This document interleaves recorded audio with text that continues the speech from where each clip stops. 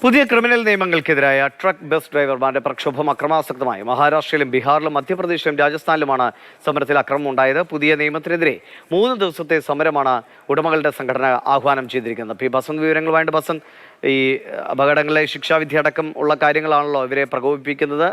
എന്താണ് അക്രമങ്ങൾ, എവിടേക്കുണ്ടായി? ദിവിഷ, പുതിയ ക്രിമിനൽ നിയമമായ ഭാരത ന്യായ സംഹിതയിൽ അശ്രദ്ധമായി ഉണ്ടാകുന്ന വണ്ടി ഓടിക്കലിനെ തുടർന്നുണ്ടാകുന്ന മരണമടക്കമുള്ള ഗുരുതരമായ കുറ്റങ്ങൾക്ക് 10 കൊല്ലം തടവും 7 ലക്ഷം രൂപ വരെ പിഴയുമാണ് ഇപ്പോൾ നിർദ്ദേശിച്ചിരിക്കുന്നത്. അതായത് ഇത്തരമൊരു അപകടമുണ്ടായാൽ ഡ്രൈവർമാർ പോലീസിനെയോ അല്ലെങ്കിൽ ഉന്നത ഉദ്യോഗസ്ഥരെ അറിയിക്കേണ്ട ബാധ്യതയുണ്ട്. ഇത് അറിയിക്കാതെ കടന്നു പോകുന്ന ഡ്രൈവർമാർക്കെതിരെ കടുത്ത നടപടിയാണ് ഇതിൽ നിർദ്ദേശിച്ചിട്ടുള്ളത്.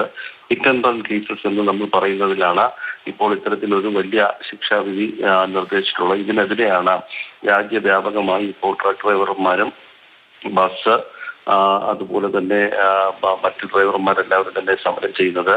മധ്യപ്രദേശിലും രാജസ്ഥാനിലും ഉത്തർപ്രദേശിലും ഉത്തരേന്ത്യയിലെ എല്ലാ സംസ്ഥാനങ്ങളിലും സമരം വലിയ തോതിൽ അക്രമാസക്തമായിട്ടുണ്ട്. മാത്രമല്ല, പെട്രോളിയം ഉൽപ്പന്നങ്ങളും അല്ലെങ്കിൽ ഇന്ധനങ്ങളുമായി പോകുന്ന ട്രക്കുകളുടെ നീക്കവും നിലച്ചിരിക്കുന്ന ഒരു സാഹചര്യത്തിൽ വലിയ തോതിലുള്ള ഇന്ധനക്ഷാമം പഞ്ചാബ് അടക്കമുള്ള സംസ്ഥാനങ്ങളിൽ ഉണ്ടായിട്ടുണ്ട്.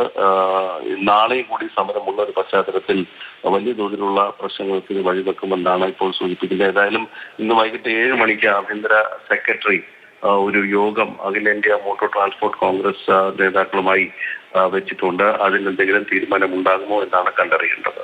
ശരി, പി ബസന്താണ് വിവരങ്ങൾ നൽകിയത്.